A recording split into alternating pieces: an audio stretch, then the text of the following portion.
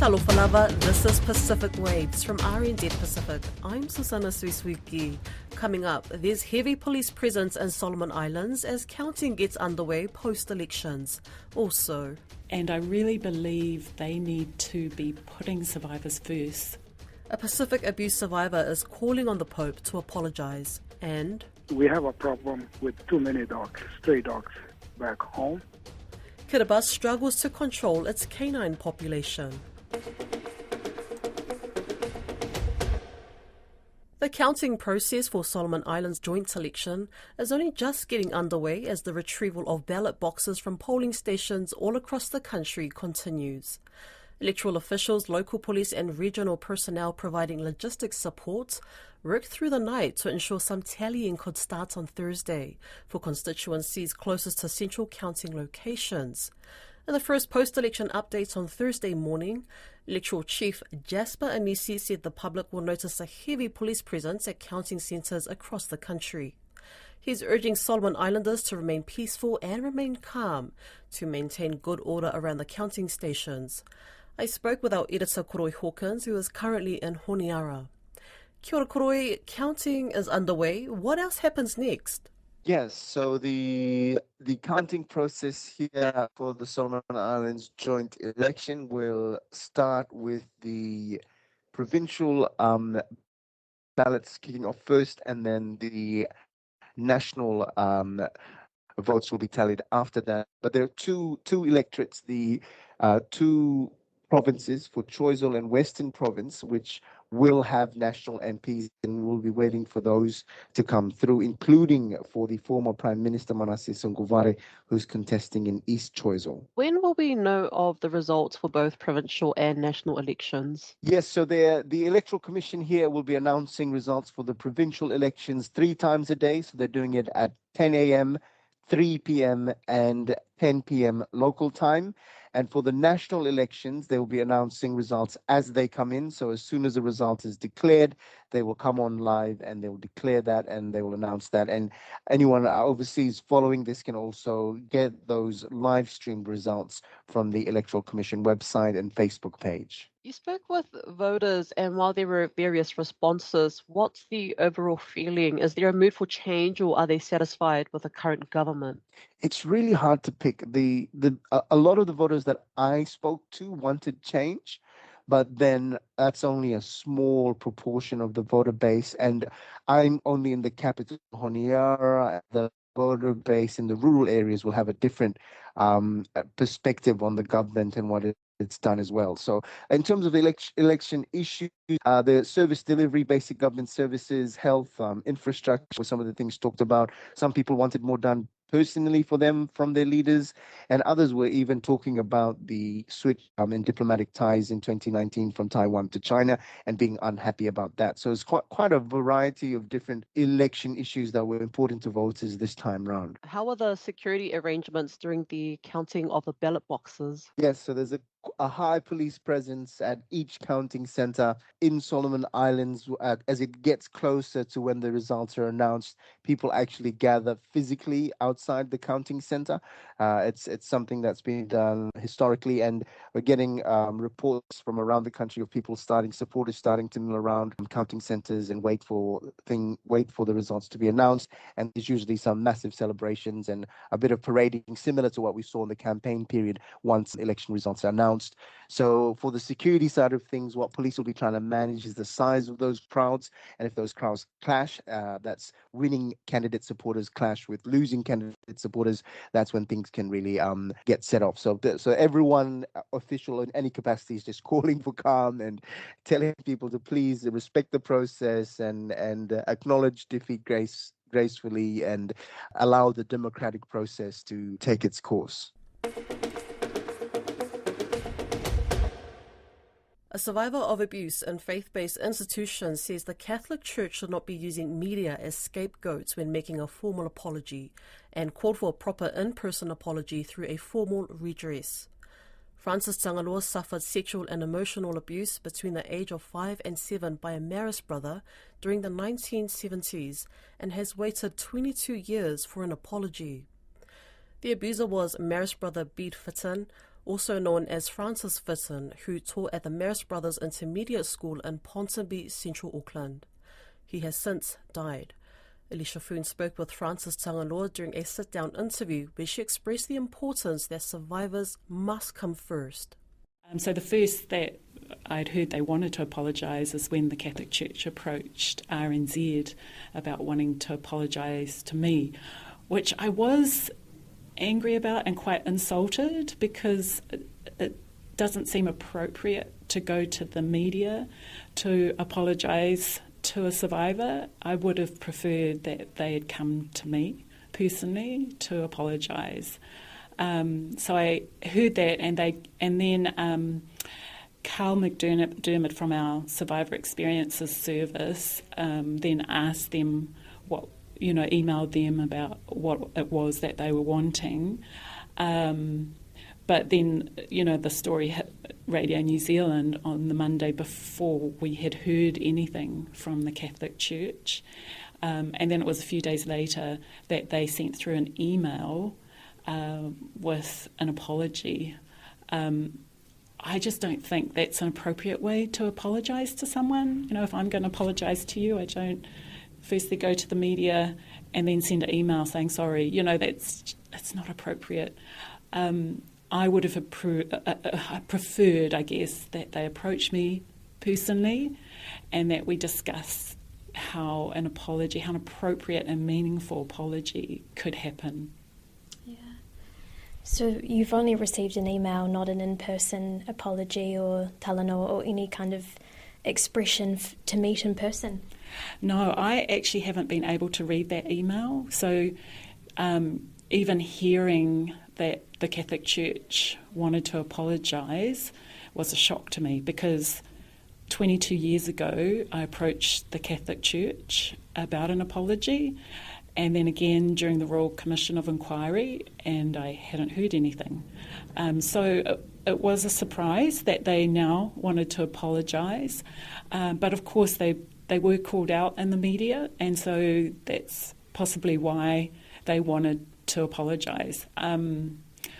I would have preferred, like I said, that they'd come to me in person because for me an apology should be in person, and I would love to have my family present because, this abuse didn't just happen to me. The impacts were on my parents, on my and my husband, with my children as well. Whānau and extended whānau have been affected. So, that when an apology happens, I would like them to be present. And I'm still open to that. I'm still open to meeting with the Catholic Church and sitting down and explaining what a meaningful and appropriate apology would look like to me. Mm. I guess the other thing that I would encourage for survivors out there who are possibly in a similar sort of like me, are waiting for an apology or for redress, I would still encourage them to wait for the new redress design system. I just want to reiterate that because that just the protection and the support for survivors will be there more so than what they have now, and that's incredibly important. And also if there are survivors out there who would like to share their story, I really want to encourage them to come forward to the Survivor Experiences Service.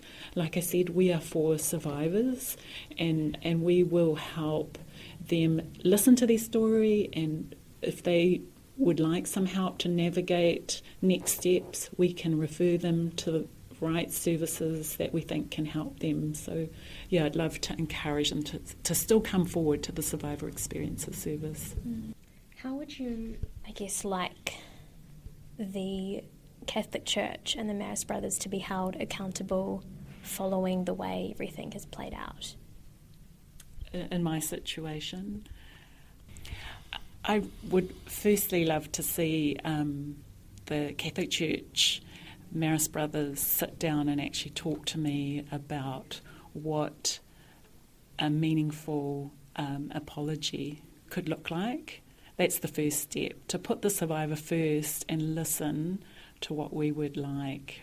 Because for every survivor, it's different. Redress and apologies look different for every survivor.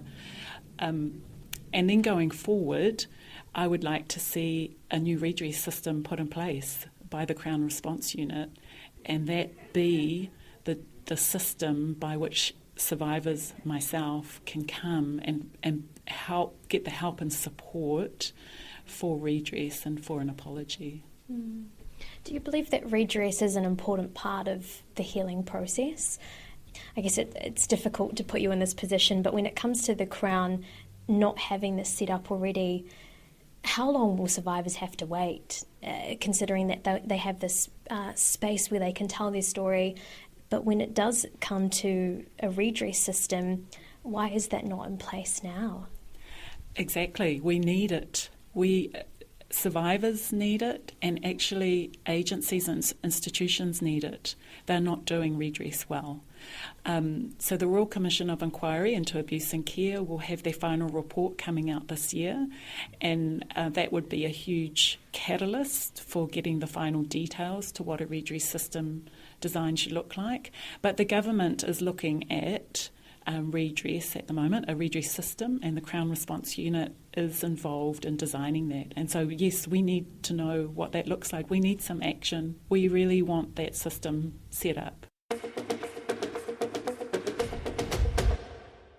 Kiribati continues to grapple with an uncontrolled population of stray dogs.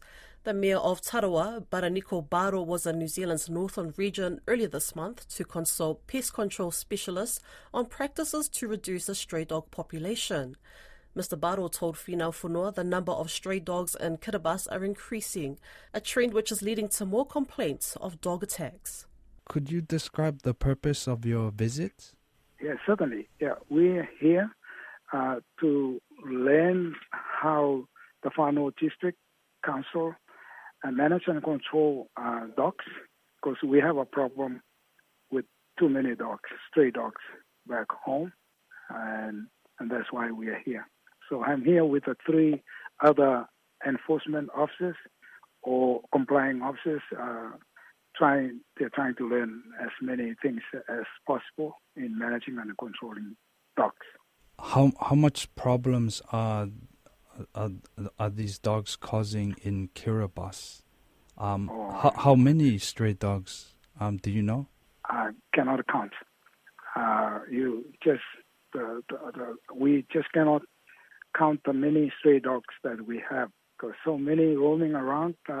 And although we're trying to catch as many as possible, I think there are more newborn ones, puppies, coming up rather than the number of dogs we caught. Is there a dog refuge? No.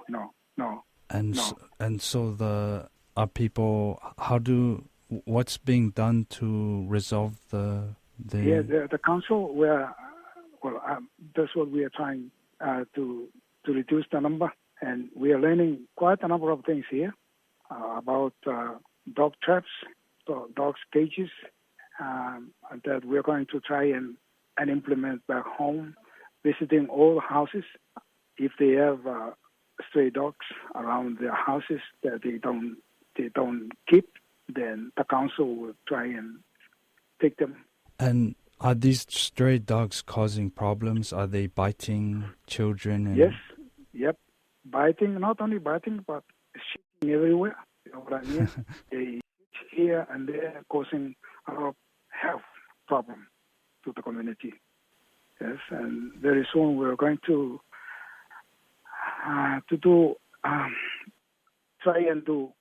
carry out the dog traps back home, the cages, to put in as many villages as possible, so that the councillors and the staff concerned are going to try and reduce the number of dogs, the stray dogs.